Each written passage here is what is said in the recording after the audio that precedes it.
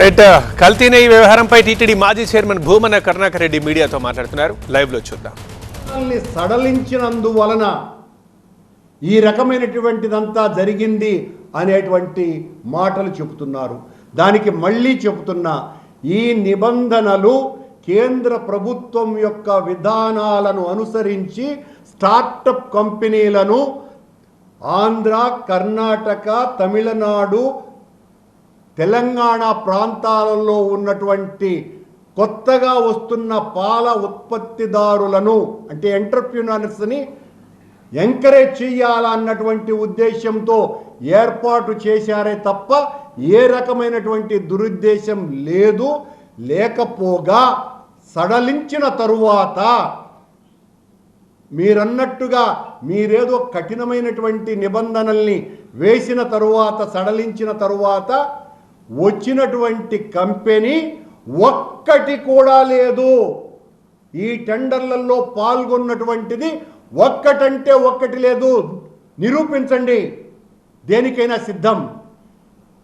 ఈ బోలే బాబా, ఆ వైష్ణవి, ప్రీమియర్ వీళ్ళందరూ కూడా ఆ ముందే మీరు కఠినతరం అని మీరేదైతే గొప్పలు చెప్పుకుంటున్నారో అప్పుడే టెండర్లు వేసినటువంటి వాళ్ళు. ఈ రోజున ఏ 4 ట్యాంకర్ల ద్వారా జరిగింది అని నేరారోపణ జరిగింది అని చెబుతున్నారో ఆ ఏఆర్ డైరీ, మాల్గంగా ఇవి మేము కఠినతరం చేసిన తరువాతనే పాల్గొన్నారు. అంటే ఆ అర్హత కఠినతనం చేసినా చెయ్యకపోయినా పాల్గొనేటువంటి స్థాయిలో వాళ్లకు అర్హతలు ఉన్నాయని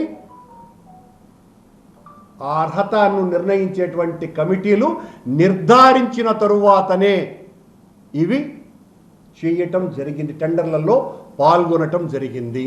మీరు చంద్రబాబు నాయుడు గారు ఏదైతే చెప్పారో జంతువుల కొవ్వు కలిపినారు అని ఆ 4 ట్యాంకర్లను ఉద్దేశించి చెప్పారో ఆ 4 ట్యాంకర్లని తిరిగి శ్యామలరావు గారు ఈవోగా ఉన్నప్పుడే, మీరు ముఖ్యమంత్రిగా ఉన్నప్పుడే ఆ 4 ట్యాంకర్ల మీరు చెప్పిన ఆవు కొవ్వు కలిపినటువంటి నెయ్యిని ఆవు కొవ్వుతోనే తయారు చేసినటువంటి లడ్డూలను తయారు చేసినారు అని సిబిఐ తన నివేదికలో స్పష్టంగా కోర్టుకు పేర్కొన్నది. ఇక దొంగలెవరు? అలాగే ఈ పత్రికా సమావేశంలో మేము చాలా ట్యాంకర్లను వెనక్కి పంపించేసినామని అన్నారు. మా హయాములో 18 ట్యాంకర్లను పట్టుకొని ఆనాడున్నటువంటి ప్రామాణికతలకి సరిపోనటువంటి ట్యాంకర్లను మేము అంతకు పూర్వం తెలుగుదేశం ప్రభుత్వంలో చంద్రబాబు నాయుడు గారి ప్రభుత్వం కూడా 14 సార్లు రిజెక్ట్ కాబడ్డాయి అన్నటువంటి విషయాన్ని మరిచిపోతే ఎలా? నెక్స్ట్ సిఎస్ఆర్టిఐ సంబంధించినటువంటి రిపోర్ట్లు వచ్చిన తరువాత చైర్మన్కు అందిస్తే ఆయన కళ్ళు మూసుకున్నాడు అని అంటున్నారు. టీటీడీ నిబంధనలను ఒకసారి చదవండి. టీటీడీ పాలక మండలి తనకున్నటువంటి అధికారాలను ఎగ్జిక్యూటివ్ ఆఫీసర్కు బదలాయించి అడ్మినిస్ట్రేషన్ అంతా కూడా అధికారులు చూస్తారు. అధికారులు మరి ఎగ్జిక్యూటివ్ ఆఫీసర్ని కలవకుండా చైర్మన్ ఎందుకు కలిసినారు? మీరు ఎలా అంటారు ఆ మాట? చైర్మన్కి ఏ రకమైనటువంటి సంబంధం ఉంది? ఎగ్జిక్యూటివ్ అథారిటీ అంతా కూడా అధికారులది అయినప్పుడు అక్కడ మా ప్రభుత్వంలో ఉన్నటువంటి సుబ్బారెడ్డి గారి మీద నింద వేయాలని చూశారు. ఇప్పుడు ప్రత్యేకంగా విచారణ చేయిస్తాము, మా దృష్టిలో వీళ్ళు నేరస్తులే, అయినా మేము చాలా జాగ్రత్తగా వెంకటేశ్వర స్వామి మీద ఉన్నటువంటి భక్తితో ఏ రకమైనటువంటి ఇబ్బందులు లేకుండా విచారిస్తాము. ఏంది ఏ రకమైనటువంటి ఇబ్బందులు లేకుండా విచారించేది? నేరస్తులైతే ఎవరినైనా కూడా తీవ్రంగా శిక్షించమనే కదా మేము మొదటి నుంచి అడుగుతున్నాం.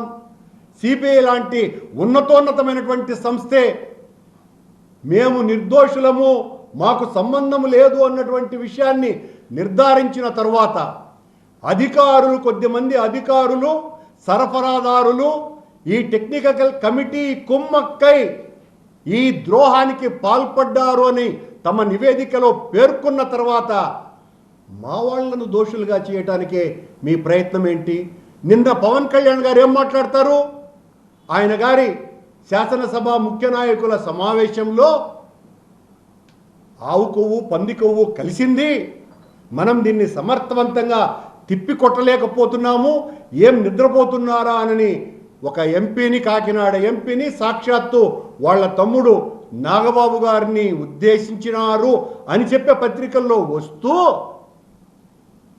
సిబిఐ తన నివేదికలో భక్తుల మనోభావాలు ఎక్కడ దెబ్బతింటాయోనని, భక్తుల మనోభావాలు ఎక్కడ దెబ్బతింటాయోనని సిబిఐ తన నివేదికలో జంతువుల కొవ్వు కలపలేదు అని తీర్పిచ్చిందంటండి, నివేదిక ఇచ్చిందట.